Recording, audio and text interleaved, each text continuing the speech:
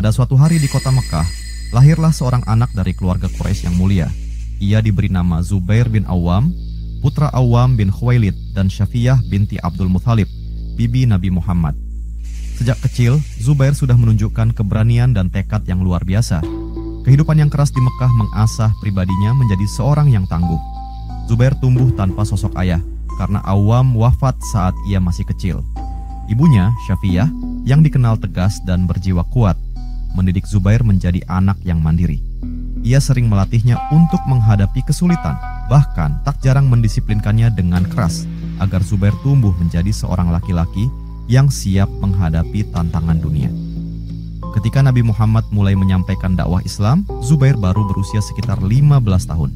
Di usia yang muda itu, ia menerima ajakan Abu Bakar Ash-Shiddiq untuk memeluk Islam.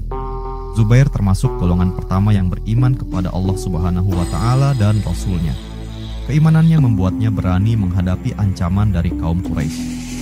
Pernah suatu kali, Zubair mendengar kabar bahwa Rasulullah telah dibunuh oleh orang-orang Quraisy. Tanpa ragu, ia segera mengambil pedangnya dan berlari ke tengah kota Mekah. Namun, di sana ia bertemu Rasulullah yang masih hidup. Nabi tersenyum melihat keberanian Zubair dan memberkatinya. Sejak saat itu, Zubair dijuluki sebagai salah satu pedang yang siap membela Islam. Ketika tekanan Quraisy semakin keras, Zubair turut berhijrah ke Habasyah bersama kaum muslimin untuk mencari perlindungan.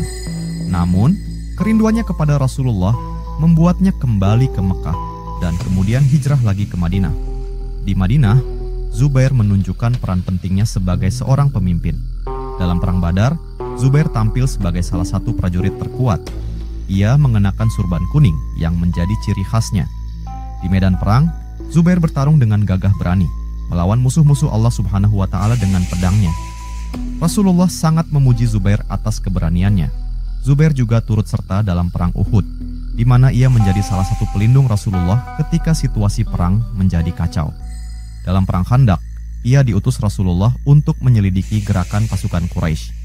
Berulang kali Zubair membuktikan kesetiaan dan keberaniannya yang tak tergoyahkan. Namun, kehidupan Zubair tidak hanya diwarnai oleh kemenangan. Pada masa pemerintahan Khalifah Ali bin Abi Thalib, terjadi fitnah besar yang memecah belah umat Islam. Dalam Perang Jamal, Zubair awalnya berada di pihak Aisyah untuk menuntut keadilan atas terbunuhnya Khalifah Utsman. Tetapi, ketika mengingat nasihat Nabi bahwa ia tidak boleh memerangi Ali, Zubair memutuskan untuk menarik diri dari pertempuran. Sayangnya, di tengah perjalanan pulang, Zubair dibunuh secara licik oleh Amr bin Jarmus.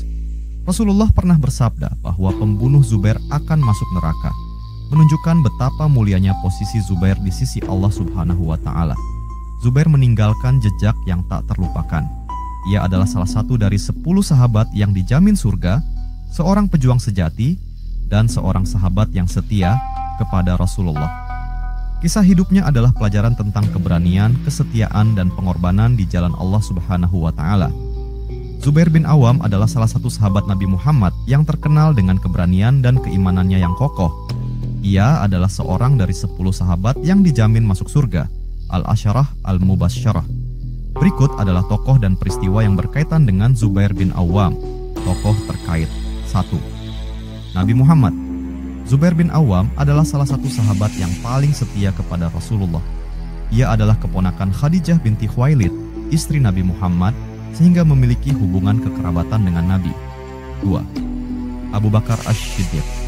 Zubair termasuk orang-orang pertama yang masuk Islam setelah dakwah Abu Bakar. Ia juga selalu mendukung perjuangan Abu Bakar selama menjadi khalifah. 3. Ali bin Abi Thalib. Zubair memiliki hubungan baik dengan Ali, tetapi pada Perang Jamal, Perang Unta, Zubair awalnya berada di pihak Aisyah.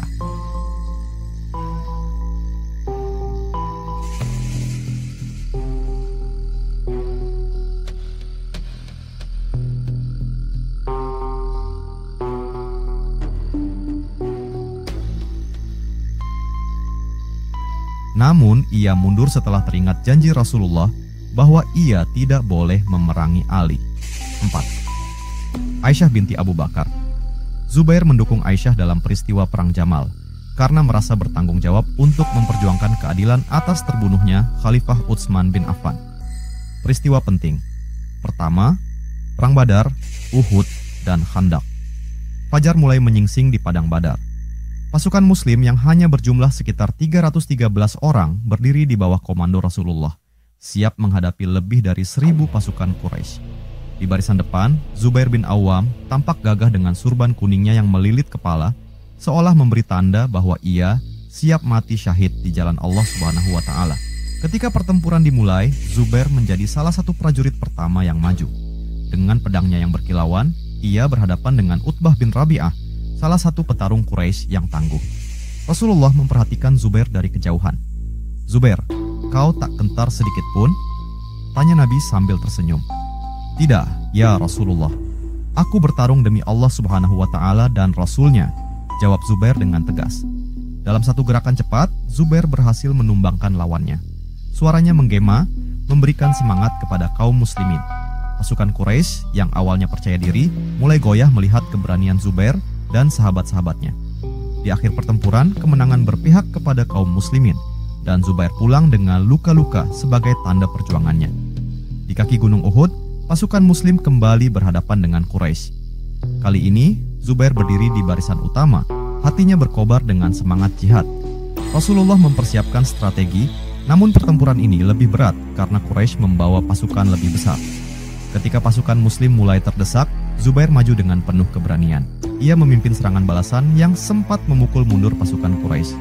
Namun, kesalahan fatal terjadi ketika sebagian pasukan Muslim meninggalkan posisi mereka di bukit, sehingga pasukan Quraisy bisa menyerang balik. Dalam kekacauan itu, Rasulullah terluka dan keadaan menjadi genting. "Zubair, lindungi Rasulullah!" teriak salah seorang sahabat. Tanpa ragu, Zubair berlari menuju Rasulullah. Ia menggunakan tubuhnya untuk melindungi Nabi dari hujan panah dan tombak.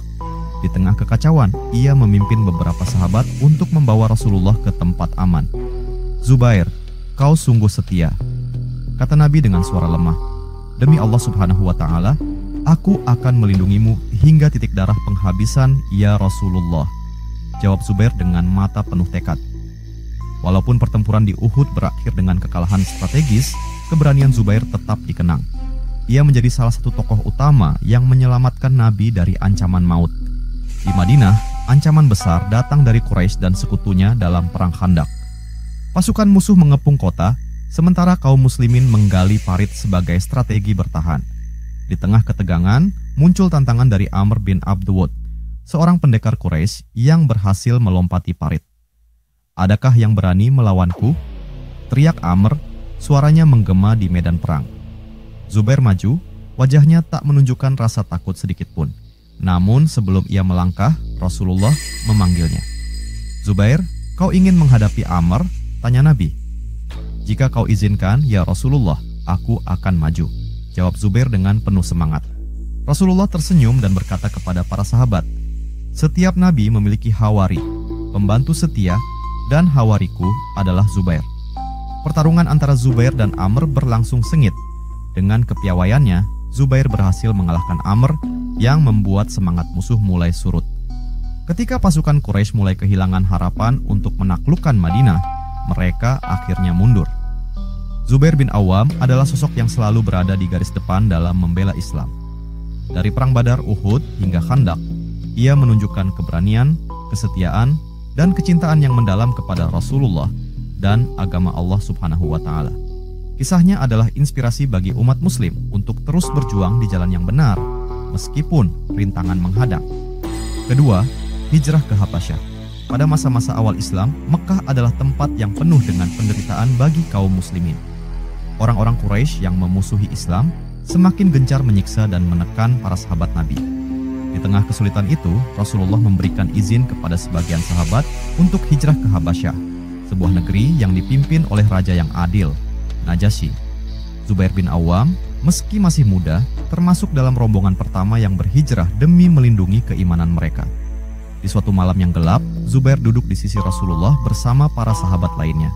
Wajahnya tampak tegas, meskipun hatinya bergolak. Ia mendengar keputusan Nabi untuk mengirim beberapa sahabat ke negeri Habasyah.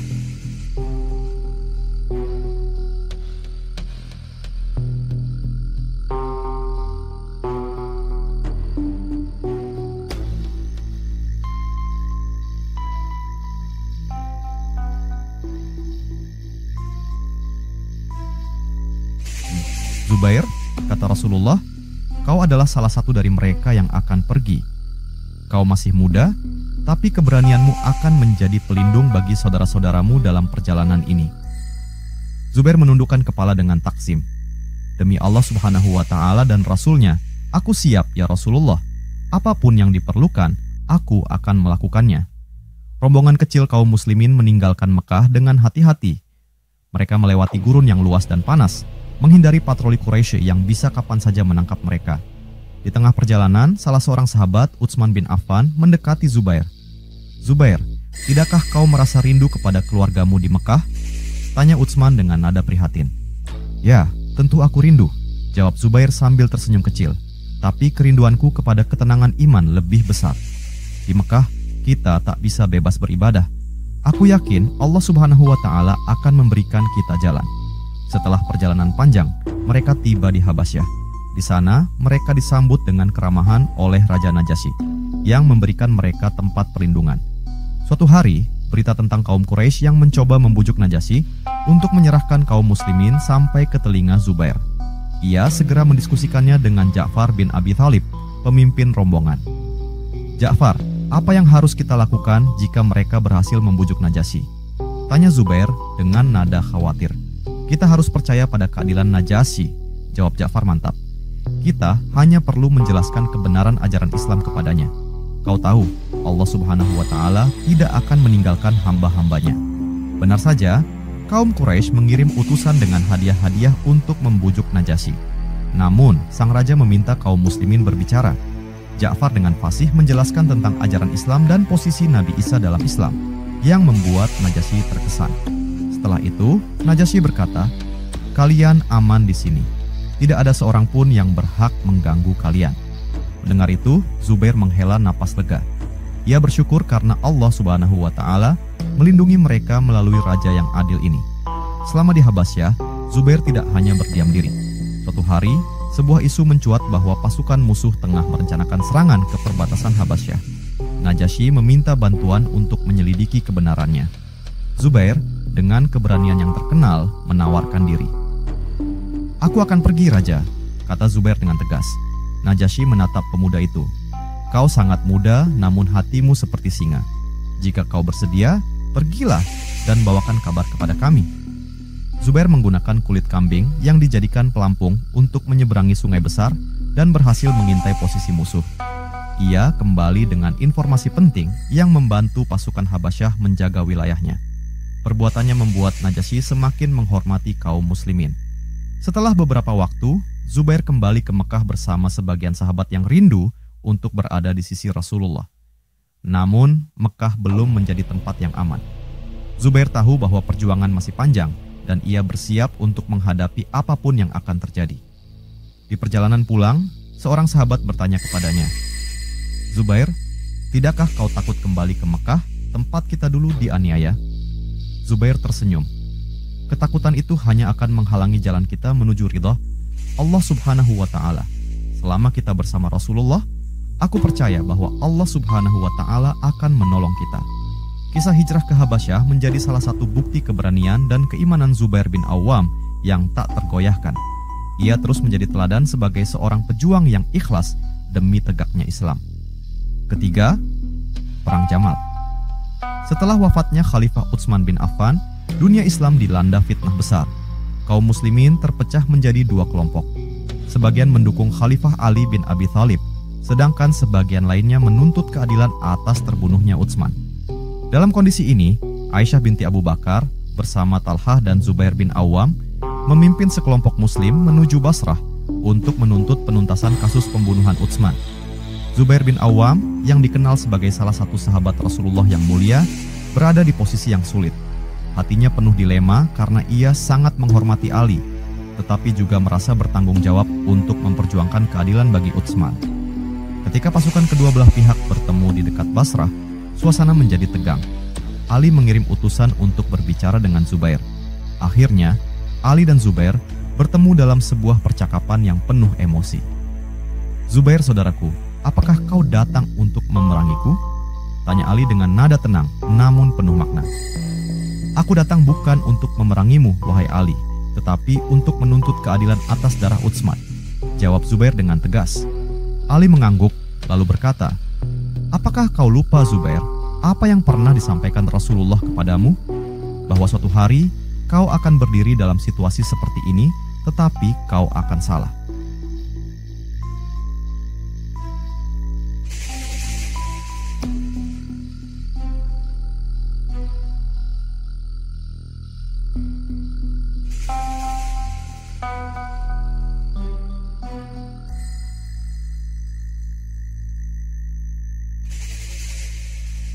Zubair terdiam. Kata-kata Ali mengingatkannya pada sebuah momen di masa lalu ketika Rasulullah pernah berkata bahwa ia tidak seharusnya memerangi Ali. Hati Zubair bergetar. Ia sadar bahwa berada di medan perang melawan Ali adalah kesalahan. Setelah pertemuan itu, Zubair kembali ke tendanya. Ia duduk merenung, memikirkan kata-kata Rasulullah dan Ali. Akhirnya, ia memutuskan untuk mundur dari pertempuran. Kepada putranya, Abdullah bin Zubair, ia berkata, "Nak, aku tidak akan menghunuskan pedangku melawan Ali. Aku telah salah berada di sini." "Apakah mereka akan mengerti keputusan ini, Ayah?" tanya Abdullah dengan nada khawatir. "Mereka mungkin tidak mengerti sekarang," jawab Zubair. "Tapi Allah Subhanahu wa Ta'ala Maha Tahu. Aku hanya berharap bisa kembali kepadanya dengan hati yang bersih." Zubair meninggalkan medan perang, menarik pasukannya untuk tidak terlibat lebih jauh. Di tengah perjalanan meninggalkan lokasi pertempuran, Zubair berhenti untuk beristirahat di sebuah lembah. Namun, tanpa diduga, seorang pria bernama Amr bin Jarmus yang mengincar hadiah mengkhianatinya. Ketika Zubair sedang beristirahat, Amr menyerangnya dari belakang dan membunuhnya dengan kejam. Setelah membunuh Zubair, Amr membawa pedang Zubair kepada Ali, berharap mendapatkan penghargaan. Namun, Ali justru marah besar. "Celakalah kau, Amr," kata Ali dengan nada sedih. "Aku telah mendengar Rasulullah bersabda, berilah kabar buruk kepada pembunuh Zubair bahwa ia akan masuk neraka. Zubair adalah sahabat yang mulia dan pembunuhan ini adalah dosa besar." Ali menangis mendengar berita kematian Zubair, karena meskipun mereka sempat berbeda pendapat, ia tetap menghormati Zubair sebagai salah satu sahabat Rasulullah yang setia. Kematian Zubair bin Awam meninggalkan luka mendalam bagi umat Islam. Ia adalah seorang sahabat yang hidup penuh keberanian, namun wafat di tengah fitnah yang memecah belah umat. Meski demikian, Zubair dikenang sebagai seorang pejuang Islam yang tulus, yang selalu mengutamakan kebenaran di atas segalanya.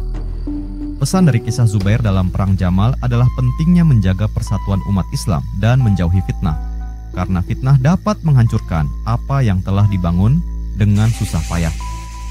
Keempat, syahidnya Zubair.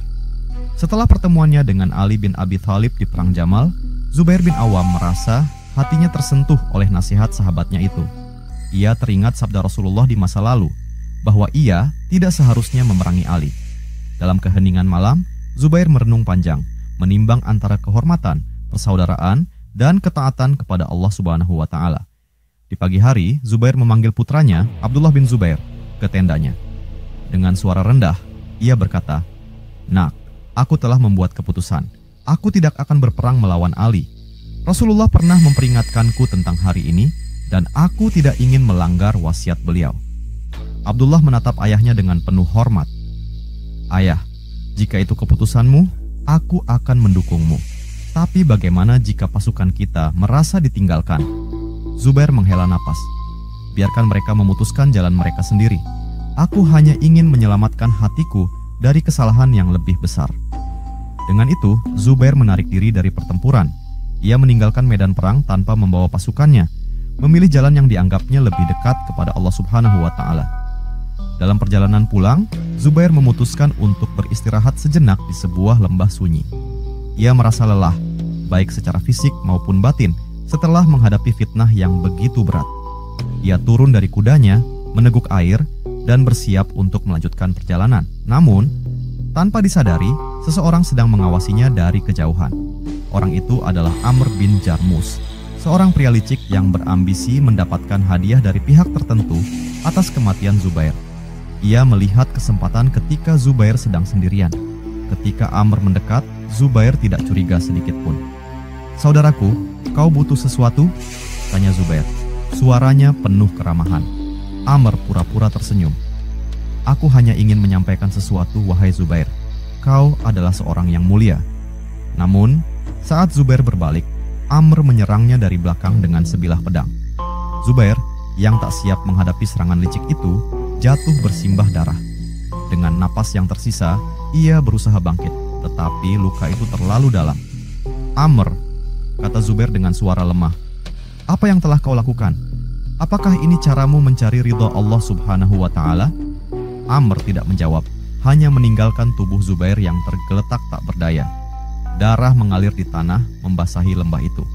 Dalam hembusan napas terakhirnya, Zubair memejamkan mata dengan doa di hatinya, memohon ampun kepada Allah Subhanahu wa Ta'ala. Amr bin Jarmuz segera membawa pedang Zubair ke hadapan Ali bin Abi Thalib. Ia berpikir bahwa Ali akan memujinya atas pembunuhan ini. Dengan bangga, Amr menyerahkan pedang itu kepada Ali.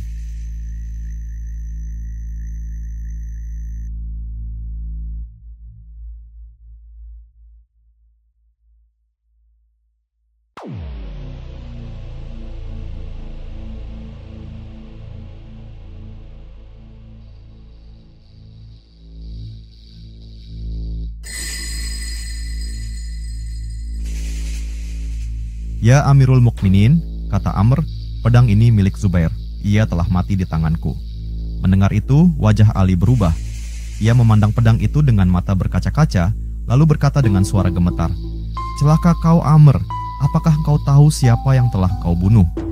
Rasulullah pernah berkata, berikan kabar buruk kepada pembunuh Zubair bahwa tempatnya adalah neraka. Zubair adalah sahabatku, saudara seperjuanganku. Ali menangis sambil memegang pedang Zubair. Ia mengenang masa-masa ketika Zubair bertarung di sisinya demi Islam, ketika keduanya masih muda dan berjuang bersama Rasulullah. Kabar kematian Zubair menyebar ke seluruh kaum muslimin, meninggalkan kesedihan yang mendalam. Ia adalah salah satu dari 10 sahabat yang dijamin masuk surga, seorang pejuang yang selalu berada di barisan depan, dan seorang sahabat Rasulullah yang setia hingga akhir hayat. Meskipun Zubair meninggal secara tragis di tengah fitnah yang memecah belah umat Islam, namanya tetap dikenang sebagai seorang yang berusaha mencari kebenaran hingga akhir. Keberanian, kesetiaan, dan keimanannya menjadi inspirasi bagi generasi muslim sepanjang masa. Zubair bin Awam adalah sosok pejuang Islam yang berjasa besar dan patut menjadi teladan bagi umat muslim dalam keberanian, kesetiaan, dan keteguhan iman. Zubair bin Awam adalah salah satu sahabat Nabi Muhammad yang kisah hidupnya dipenuhi dengan pelajaran berharga bagi kaum muslim. Ia dikenal sebagai seorang pejuang tangguh, pemimpin yang berani, dan sosok yang setia kepada Rasulullah. Dari perjalanan hidupnya, kaum muslim dapat mengambil banyak pelajaran yang relevan untuk kehidupan pribadi maupun kolektif sebagai umat. 1. Keberanian untuk membela kebenaran. Zubair adalah simbol keberanian. Sejak usia muda, ia menunjukkan keteguhan hati dalam menghadapi tantangan, termasuk ketika harus melawan ancaman Quraisy demi mempertahankan keimanannya. Dalam setiap medan perang, ia tidak gentar menghadapi musuh karena keyakinannya kepada Allah Subhanahu wa Ta'ala lebih besar daripada ketakutannya pada bahaya. Pelajaran ini mengajarkan kaum muslim untuk selalu teguh membela kebenaran meski menghadapi risiko atau tantangan. Keberanian yang dilandasi iman adalah kekuatan yang mampu membawa perubahan positif di tengah kesulitan. Kedua, kesetiaan kepada Allah Subhanahu wa Ta'ala dan Rasul-Nya. Zubair adalah seorang sahabat yang selalu menempatkan Allah Subhanahu wa Ta'ala dan Rasul-Nya sebagai prioritas utama. Ia tidak pernah ragu untuk berdiri di sisi Rasulullah dalam situasi apapun, bahkan ketika itu berarti harus mengorbankan nyawanya. Kesetiaan Zubair juga terlihat ketika ia mundur dari Perang Jamal setelah mengingat wasiat Rasulullah, meski hal itu menempatkannya dalam risiko. Kesetiaan ini menjadi pengingat bahwa kaum muslim harus menjadikan ketaatan kepada Allah Subhanahu wa Ta'ala dan Rasul-Nya sebagai prinsip utama dalam hidup. Ketika menghadapi dilema, kita harus kembali kepada ajaran Islam untuk menemukan solusi terbaik. 3. Menghindari fitnah dan menjaga persatuan. Zubair menunjukkan kebijaksanaan luar biasa ketika memilih untuk meninggalkan Perang Jamal, menyadari bahwa konflik itu berisiko memecah belah umat. Meski ia memiliki alasan untuk berada di pihak yang berseberangan, hatinya tetap mengutamakan persatuan umat Islam. Dari sini, kaum muslim belajar pentingnya menghindari fitnah, konflik internal, dan pertikaian yang dapat merusak persatuan. umat Islam harus berusaha menjadi pemersatu, bukan pemecah belah, serta berpegang teguh pada nilai-nilai Islam dalam menyelesaikan perselisihan. Keempat, keikhlasan dalam berjuang.